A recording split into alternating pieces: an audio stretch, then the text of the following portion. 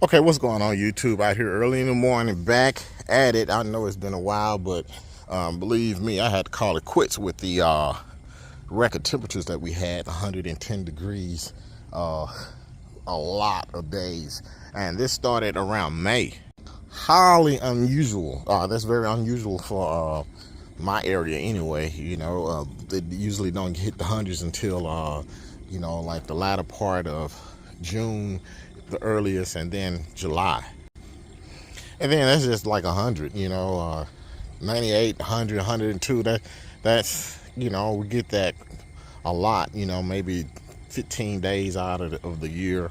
We may have 100-degree temperature, but this last season, or this current season, it started in May and temperatures went all the way up past 110. We had some real solid heat days here.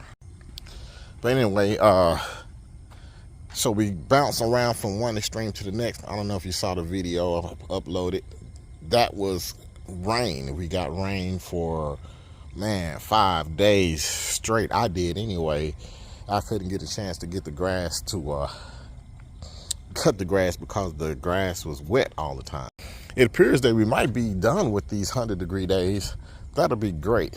And this type of weather here is usually the weather we have, I guess, in September, October, October-ish type of weather being here now, which is great because that's grass planting season. So let me get to the front. Before I get there, this is the barren brook. This is the water saver. And I'm just looking at all the different types of grass that's in here. They got falcon and bearcat and all that other stuff. So I'm going to start Googling this stuff, trying to see what types of grass that I have. And it's supposed to be all, well, not all. It has some regular grass, fescue mixed in here, but it also has some rhizomatous type fescue, in which I showed you in a previous video that it does have rhizome. Now this is my SPF 30 for my SPF 30 fans. Now this right here, I can tell you with the experience of having the heat that we had, this checked out first. This grass checked out first. It's not as heat tolerant as the fescue, but that was the first grass to go. So I'm only going to use this because I still have it. And just like everything else, the grass, I could find this grass for $99 a bag. Now it's up in the $200 range. So it's expensive, just like everything else. Everything went up. Everything. So now, I would buy like 3 or 4 of these bags, but with them being $200 each, I've got to make some changes there. But anyway, this is enough for the immediate front that I want to do. I'm going to go ahead and get this done early. I'm really chancing it. It's still Texas and it's still August. We can go back to 110 possibly. It don't look like we are, but I'm going to go ahead and use what I have here in the immediate front. And hopefully, if we don't get the high temperatures, I can get it to survive. So as you can see, I've already started scalping it. And one of the issues that you may run into if you want to start planting your fescue this early is fungus. Yeah, I know I always talk about fungus, but really one of the deals with planting the grass is that it's too warm and too moist, meaning that the temperature that it is each day, the high temperature for the day, and the humidity.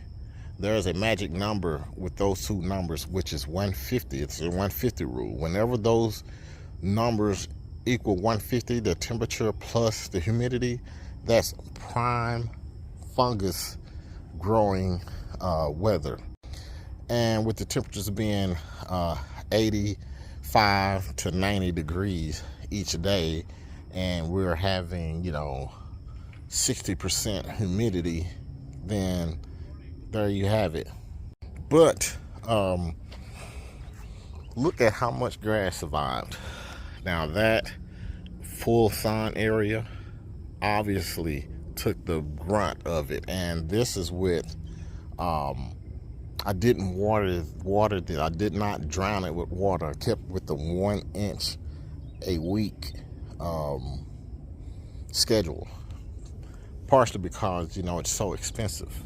And I'm extremely surprised. That's why I want to go back with the Baron Brug, because look at all the grass that's still here. Just for a comparison, this is St. Augustine, and look how it checked out. So that is a warm season grass, and the heat was that extreme, and a lot of it checked out. Now, some of it has grown back because we've had rain for the past week, but a lot of areas over here really checked out.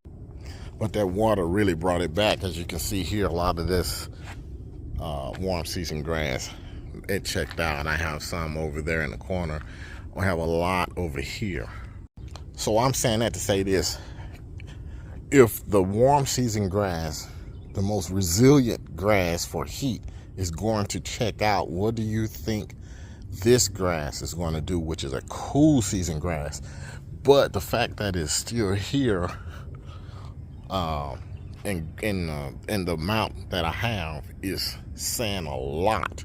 This is saying a lot based off of what we just went through. So that means if we had a normal summer, you know, get you 100 degrees here and there, you know, get your little spurts of heat, highs around 98, 90 degrees, 90 in the 90s, you know, this grass right here would do quite well. It's just we had an extreme summer. Not only extreme with the heat, we had no rain along with it. It was an extended drought from January. We only had just traces of rain since January. We didn't have a spring. So again, this is the testament to the Baron Brug. I've had other brands before, and I've had all of it to check out. Not to knock on any other seed company, but you know, you guys know what I used earlier when I first started this, and you know, it just checked out on me completely. None of it survived. But this Baron Brug for me is going to be the go-to brand that I'm going to be using, because as you can see, I still have grass, and we've just, you know, over a week ago, it's 110 degrees for the entire week. So what I'm doing is chopping it down. I want to get it down to under 2 inches, and I did break the 1/4 the whatever rule that is. I did break that, but you know, these are trying times, and I do want to get some of these seeds out early to see if I can get it to up and established. So anyway, I'm going to show you some of the things that I'm going to use to get the seeds down in the front, and just go through the process so you guys can see what I actually did to get the grass to come up with just being a homeowner and not having professional tools and trying to get great success. So I'll have that video up for you guys. But right now, it was just a welcome back to the lawn video, and to give you an update of what I had to endure this season. And this Bermuda grass is popping, and I did not get a chance to pick up a real mower, but that is the goal. And I'm also going to overseed this with some perennial ryegrass. So I have that coming up, but now I'm just trying to get everything back in order. Hey, it's good to see you guys. I appreciate you watching these videos, and welcome back.